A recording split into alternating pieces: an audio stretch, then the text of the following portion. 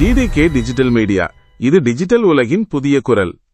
தேனி மாவட்டம் கம்பம் அருகே உள்ள புதுப்பட்டியில் தேனி MP தங்க தமிழ்ச்செல்வனுக்கு பாராட்டு விழா நடைபெற்றது. தேனி மாவட்டம் தமிழக கேரளா எல்லை பகுதியில் அமைந்துள்ள தேனி மாவட்டத்தில் போடியிலிருந்து மதுரை வரை ரயில் சேவை உள்ளது.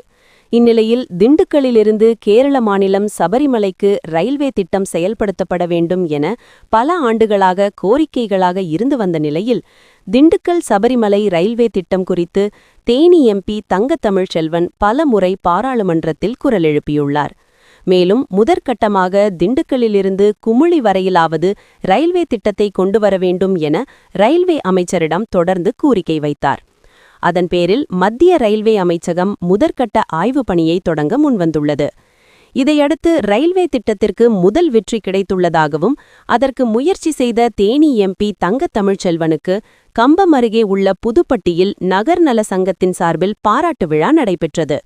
விழாவில் நகர்நல நிர்வாகிகள், ஊர் பொதுமக்கள் கலந்து கொண்டு MP தங்க தமிழ்ச்செல்வனை பாராட்டியும் நினைவு பரிசு வழங்கியது குறிப்பிடத்தக்கது.